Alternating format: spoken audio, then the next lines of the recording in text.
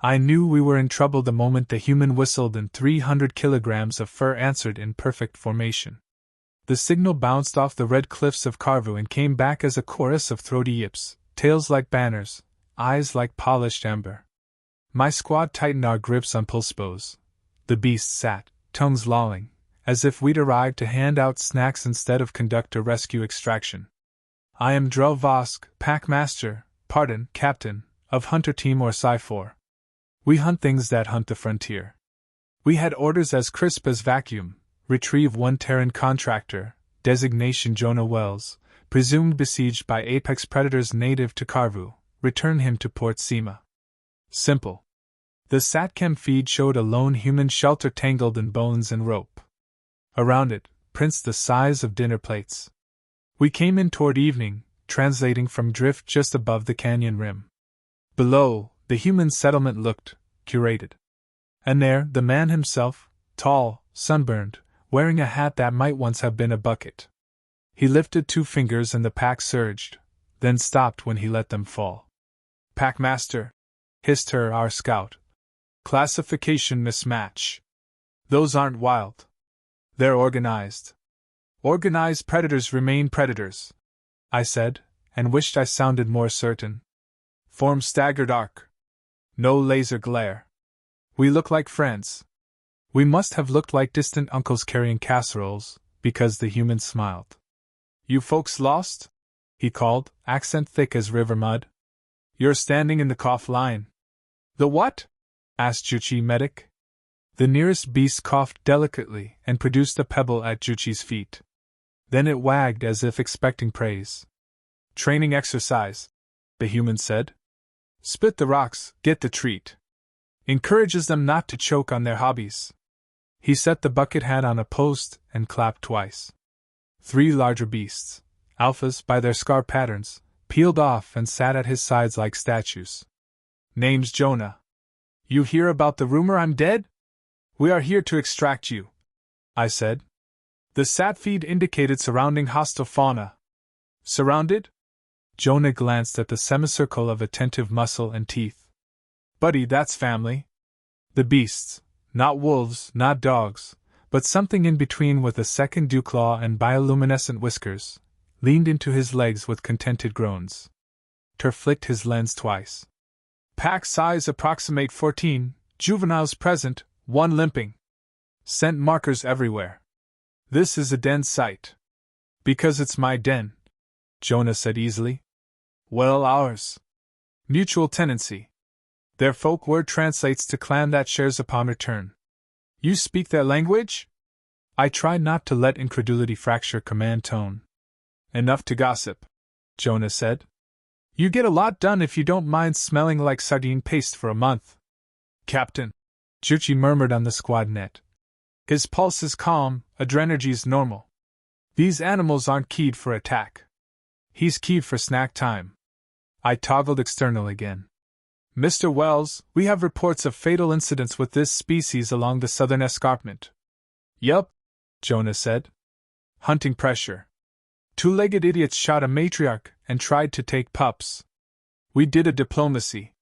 "We?" He gestured at the pack, including himself in the sweep with easy familiarity. "All of us. They're not pets. There are people whose hands happen to be very sharp and attached to the wrong end." Soft as rain.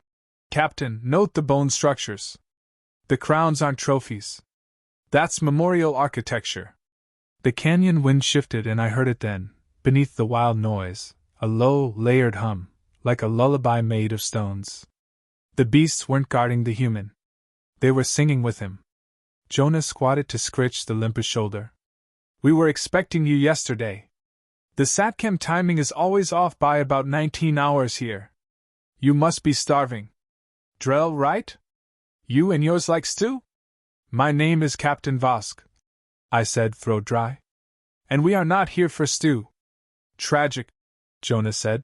"Because Scraw makes a mean root bone, and she only cooks for pack. Good news is, you're already in the cough line." "Sir," Juchi said quietly, "the juveniles are bringing gifts." Gifts, yes, the pebbles were tokens. One pup nosed a shiny badge into Ter's palm. Tur looked at me, unsure. In most cultures, refusing a child is a declaration of war. I nodded. He accepted. The pup's sneezed glitter onto his boots and wagged. Stakes clarified, not by weapon but gesture. If these creatures considered us pack adjacent, any extraction by force would translate as betrayal. Command could order, but command wasn't here with rock tokens on their insteps and stew on the wind. Jonah watched the math resolve across my face. You came to save a human, he said, voice gentle and infuriating, and tripped over a pack that already did. We still have a job. I managed. Sure, he said. Maybe the job changed. Today. If you ever need a lesson in humility, try explaining interspecies diplomacy while 14 fur giants stare at your lunch like it's an exam. We hadn't planned for this, no manual covered. Rescue target refuses rescue because he joined the local pack. My squad whispered over the comm line, voices thin with confusion, while Jonah stirred something in a pot large enough to bathe in. We can't leave him, Juchi said. Command will. Command isn't eating stew with predators. Tur cut in. We are. The pack ringed the fire, tails swishing in an almost metronomic pattern. The juveniles dozed with bellies rising and falling in sync with the crackling logs. Every few breaths, one adult would rise, nose the air, then relax. Guards rotated themselves without a sound. That kind of coordination wasn't instinct. It was culture. Jonah ladled a bowl and slid it across the dirt toward me. You ever try root bone? It's like potato, only it fights back if you don't boil it long enough. I don't eat while on duty, I said. Good thing the stew doesn't care about duty, he said, taking a mouthful. They brought down a river beast yesterday. We're celebrating. Celebrating what? I asked. He smiled. Nobody died. That landed heavier than the stew's smell. Out here, survival was feast enough. Plumes of orange light flickered against the cliffs as the night deepened. Jonah kept talking, half to me, half to his companions. The beasts responded with throat hums that resonated deep enough to vibrate my armor's chest plate. He was translating without words, bridging worlds by tone and rhythm. And somehow, we all started sinking to it. Even Tur, who could outstare a statue, found herself tapping a claw to the beat. Jonah, I said finally. Command expects you back on Port Sema by dawn cycle. They'll send another ship. He shook his head. They can't land in this canyon. The pack sent field will spook their systems. That's a technical issue, I said. No, that's a respect issue, he replied. You don't march a ship into someone's living room. I opened my mouth to argue, but the night exploded before I could speak. A roar, not from the pack, split the air. The canyon walls pulsed with green light. The pack leapt to their feet, hackles raised, forming a protective arc around Jonah. He whistled twice. The juveniles vanished into tunnels I hadn't even noticed. Raiders, Tur hissed, pulling her bow. Signal triangulated, 2 clicks east, closing fast. Jonah's expression changed, the easy warmth burning away. They've been sniffing the packs for weeks, he said grimly. Scavengers who think for means money. You mean poachers, I corrected. He met my eyes. Call it what you want. They want trophies. We're the trophies. The pack moved like water, flowing into defensive positions. Jonah didn't need to command them, they already knew. He grabbed a sling carved from bone and vine, humming a sharp rhythm that the pack echoed. For a second, I hesitated. I'd come to save him, now he was saving me. Captain, Juchi said, voice taut.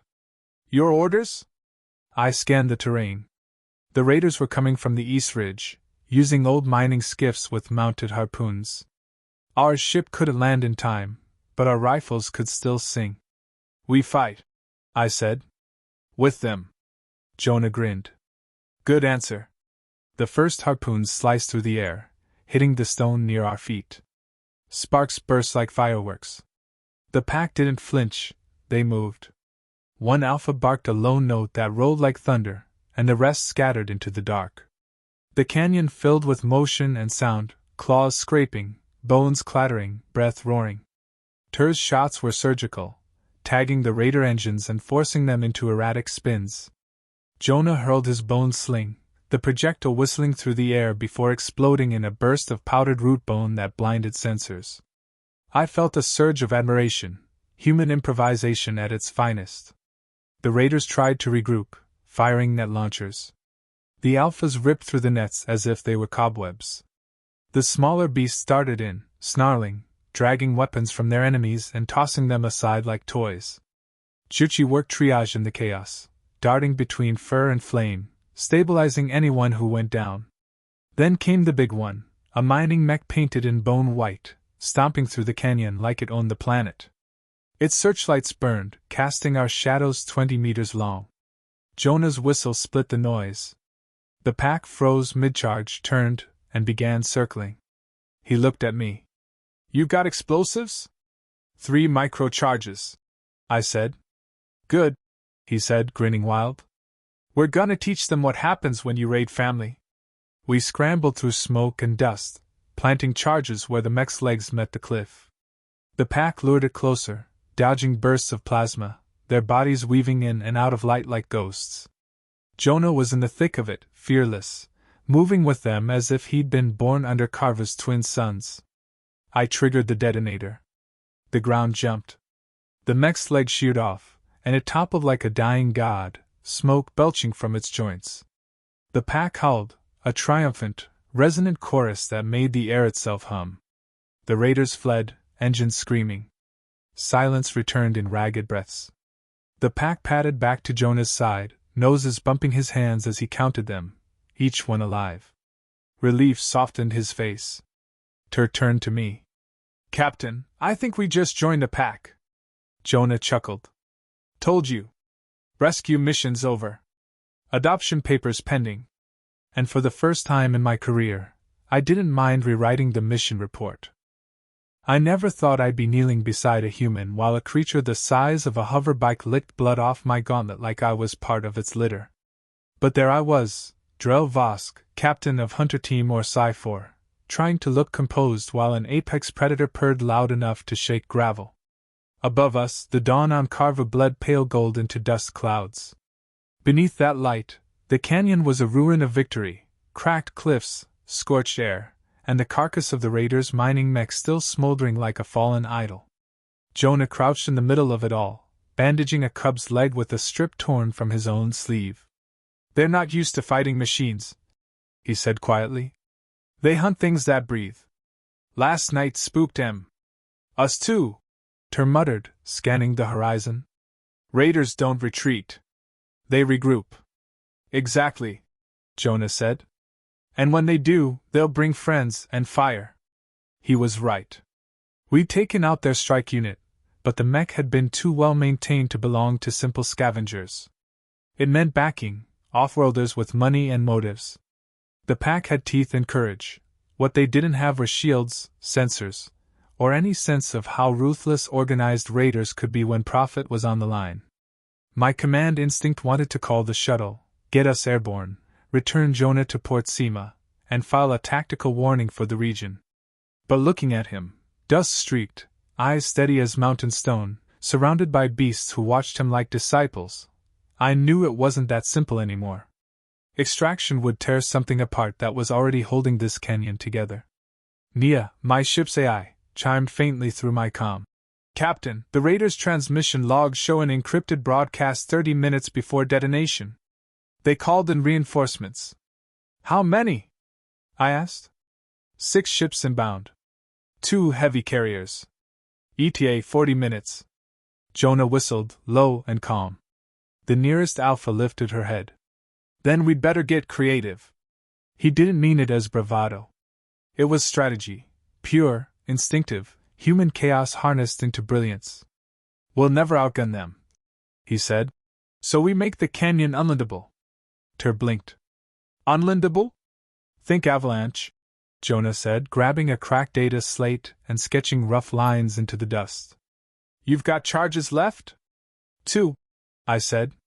"Good. We'll chain them to the resonance lines." These cliffs are mostly shale, weak to vibration. We set a pulse through them, and when those ships descend, they'll eat a sky full of flying rock. I finished. He grinned. Exactly. Carver gives them a welcome. It was insane. Beautifully, suicidally insane. Which meant it just might work. For the next half hour, chaos turned to construction. Jonah and I climbed the ridge, planting explosives where the cliff met the fault. The pack worked like an army, some digging, others dragging collapsed rock into choke points, pups carrying cords in their teeth. They'd learned his rhythm, he'd learned their trust. Communication without language. Purpose without orders. From the peak, I could see the horizon shuddering with distant engines. The raiders were coming back in force, columns of exhausts glimmering like false dawn. Juchi's voice crackled through comms. They're broadcasting. Open channel. A voice, smooth and amused, rolled over the static. To whoever's squatting in our dig zone, step away from the resource field and surrender the human. You can keep your pets if they behave. Jonah snorted. They think the pack belongs to me. Don't they? I asked. He smiled faintly. Other way around, friend. We sealed the last charge, wired to a proximity trigger tied into Tur's pulse rifle. The pack gathered around Jonah, watching him intently. He rested a hand on the Alpha's shoulder. Hold until the first ship fires. Then move west. No heroics. The Alpha gave a rumbling growl that sounded suspiciously like argument. Yeah, he said softly. I know I'm worse. The first raider ship broke through the clouds, a brutish freighter repurposed for war, metal plates welded over old mining scars. Plasma turrets glowed like new suns. Behind it, smaller fighters fanned out in formation. 30 seconds, Nia reported. I looked at Jonah. Once this starts, we might not walk away.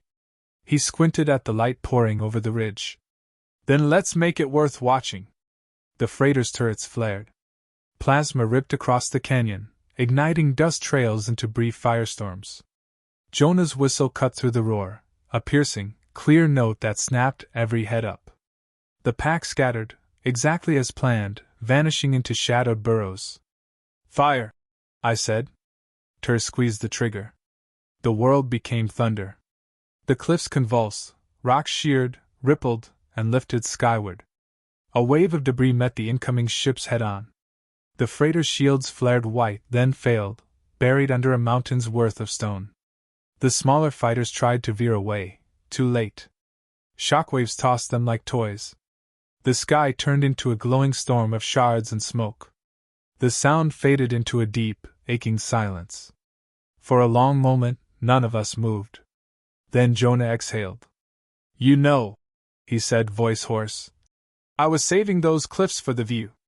I laughed, half in relief, half disbelief. You just turned a planet into a weapon. He shrugged. You taught me the word tactical. Guess I'm learning. When the dust finally cleared, the pack emerged, padding carefully over the wreckage. Not one was missing. The Alpha climbed the ridge, planted her paws beside Jonah, and howled, long and low, echoing through the wounded canyon. It wasn't triumph. It was declaration. The kind you make when you've earned a world's respect. And as her song rolled across the dawn, even I, trained, disciplined, cynically logical, felt it, the line between hunter and pack, between savior and saved, blurring until there was no border at all. When the wind finally stopped howling, silence settled over Carva like a held breath. Dust drifted through the light, catching on torn banners of smoke that rose from the shattered ridge. The wrecked raider freighter lay half buried in rockfall, a monument to bad intentions. My armor hummed with cooling circuits, and every breath carried the copper tang of victory mixed with disbelief. Jonah stood on the cliff edge, the Alpha beside him. Her fur was streaked with ash, her eyes bright and unblinking as the human ran a trembling hand through her mane. She pressed her head against his shoulder, a gesture that could have crushed him, but didn't. He didn't flinch. He'd stopped being afraid of them long ago. Command's going to have opinions, Tur muttered, lowering her rifle. They always do, I said. The pack began to move among the wreckage, nosing through twisted metal and debris, pulling out pieces of ship hull and engines. They weren't scavenging, they were cleaning. Reclaiming. Every gesture said this canyon belonged to them again.